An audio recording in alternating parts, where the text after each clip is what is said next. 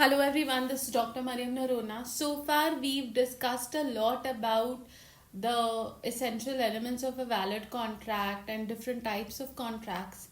Now, we'll be taking a look at the concept of discharge of contract and the different ways in which a contract may be discharged. So, discharge of contract is a situation where the contract comes to an end because the rights and obligations that were created by that contract have been met with or fulfilled, and that is why the contract culminates, it comes to an end, and we call that discharge of contract. Now, broadly, the different ways in which a contract may be discharged are by performance, that is, actual or attempted performance, which we'll discuss in a little bit. Then, a contract may be discharged by supervening impossibility, that is, an impossibility which occurs after the contract has been formed, due to which the contract cannot be discharged or fulfilled. A contract may be discharged by mutual agreement, by operation of law, by breach of contract. This is not an ideal way in which a contract should end or be discharged, but breach of contract where either party fails to fulfill their rights or obligations on the contract, and by lapse of time where there is a certain period within which that contract should have been fulfilled but it was not.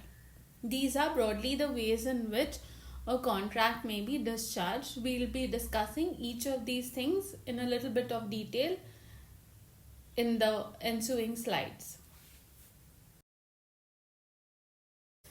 Discharge of contract by performance is the most desirable mode of discharge of contract. This means that the contracting parties fulfill their rights and obligations on the contract. So it is an ideal situation. Now, discharge of contract by performance means where actual performance takes place or attempted performance. Now, actual performance is where the parties have actually performed and fulfilled their obligations under the contract. So, purchase of goods. So, the price has been paid and the goods have been delivered. That is actual performance. But discharge of contract by attempted performance is where the parties offer to perform their obligations. It is called attempted performance. That is when you order something online and you get a message sometimes saying that you were not at home and the delivery was attempted. So this is attempted performance. The obligation of the e-commerce player was to deliver your goods, but you were not at home and due to that it could not have been fulfilled, but performance of contract was attempted by the other party. So in case a valid offer to perform or tender of performance is made by one party and the other party does not accept it, then it's like the e-commerce player has attempted delivery. Maybe usually they attempt twice, and if you're still not there, then it's no more their obligation to try and deliver it to you. It will be returned, right? And that is because of your non-availability. So then a party which attempts to contract that attempts performance, that party becomes entitled to file a suit for damages against the opposite party, the one who failed to accept this performance or attempted performance. So, discharge of contract by supervening impossibility. That is an impossibility which is created after the contract has been entered into, and this renders performance of the contract very difficult or impossible. Destruction of subject matter. So, supposing there's a contract between two parties that A would buy all the goods and B's go down, but the go down catches fire and is completely burnt down. Then that contract cannot be executed because the subject matter no longer exists. It was destroyed. Then death or incapacity of a party. This happens in case where the person's skill is required or his expertise is required. So if it's a singer who's due to perform at a concert and he or she falls sick, they are unable to perform. Incapacity. Death. It was like it's happened in the case of Michael Jackson. He passed away and his concert, which was sold out, could not take place because everybody had paid money to see him on stage. So these kind of things. Then change of law. So whenever there's a change in law, it like for instance, earlier handicrafts were exempted from GST and you could sell them with e-commerce players without a GST registration. But now they insist on a GST registration, and so the change of law affects contracts like this. You cannot continue to be a seller on an e-commerce site if you don't have a GST registration. Then foundation of contract ceases to exist. That is the very basis. And there was a contract which was entered into to hire a room to view a proposed coronation procession of King Edward the second in 1902, and the coronation was cancelled. Procession was cancelled due to the king taking ill. So the court then held that the person who had hired the room need not pay the rent of the room because the foundation of the contract did not exist. The coronation procession did not take place. Then declaration of war or political tensions, as we can see around us everywhere, they make trade and contractual obligations between parties very difficult to execute and enforce. Then discharge of contract by mutual agreement. That is where both parties may agree that this contract be terminated, and the different ways of doing this. One is novation, that is where a new contract is substituted for an existing one. So if you have an insurance policy and you feel that that is inadequate, then you say, okay, I don't want this doesn't give me enough cover, I want another one. So you will have a new contract there. Alteration, that is where one or more terms of the contract are changed.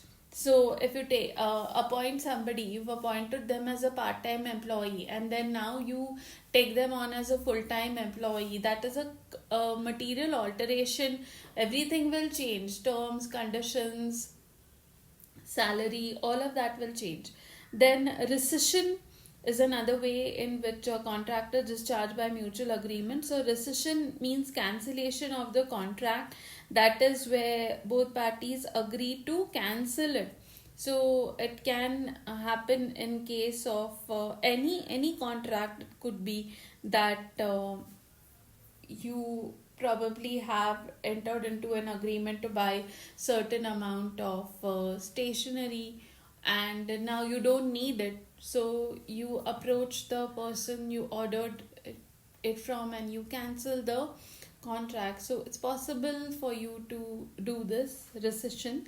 Then remission, that is the acceptance of lesser performance than what was contracted. So you can say that somebody is you hired an interior decorator to you decorate your entire house, and but due to shortage of labor or something like that, person is not able to do your entire house. He tells you, requests you that can I just do your hall and another one or two rooms instead of decorating a whole house, and if you accept it, you accept lesser performance. Then a waiver, That is where you abandon or give up your right um, towards what you have, what you're entitled to get under a contract. So it could be an example of this is where so you pay a certain amount of money, say 500, to somebody to repair your bike, but later on you decide that no, this person is not really doing a good job, or he's not very reliable, I don't find his work very good. So then you tell him, okay, don't repair my bike, and it's okay, you don't need to return the money. So this is a waiver. So contracts can be discharged by mutual agreement in all these ways. Now, contract can be discharged by operation of law. So, in these circumstances, in case of death, where, as I said, a personal skill or qualification is involved. So, a singer, his or her art, or an artist, uh, you cannot replace that person, that particular actor, or somebody who's really skilled at that, and he or she dies, then you cannot go ahead with that contract. Insolvency, where obviously when you're insolvent, that means that you don't have enough to meet your debt, so automatically you cannot, an insolvent person cannot be continue to be a part of a contract. Then merger, where an inferior right merges into a superior right. So you are a tenant and then you buy that property, so you become the owner from the tenant. Then unauthorized material alteration, so any change made in writing by one party without the consent of another party will render the contract void.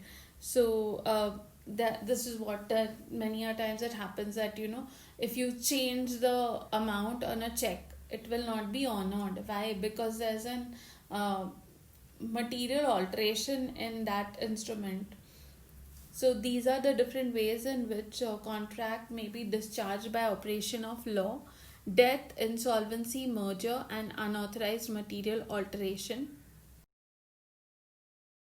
So now the other ways in which the contract may be discharged is breach of contract, that is where there is a violation of the terms and conditions of an agreement by either or both parties, and discharged by a lapse of time. So there is a certain time limit within which an aggrieved person can file a suit in the court for enforcement of his legal rights which arise out of a contract. And once this period of limitation expires, then the promisee cannot enforce the promise, and the promise gets discharged. So it's a debtor fails to make a repayment of a loan to a creditor on a specified date, then when this happens, the creditor has to file a suit to recover this amount within a period of 3 years, and if he does not do so, then the contract is discharged by lapse of time. So do watch the next video on breach of contract, which is the last in the series of videos on law of contract. With that, chapter 1 of the law of contracts as per the TY BCom 2013 syllabus of Savitribai Phule Pune University BCom course, Business Regulatory Framework. That is the last part of that chapter.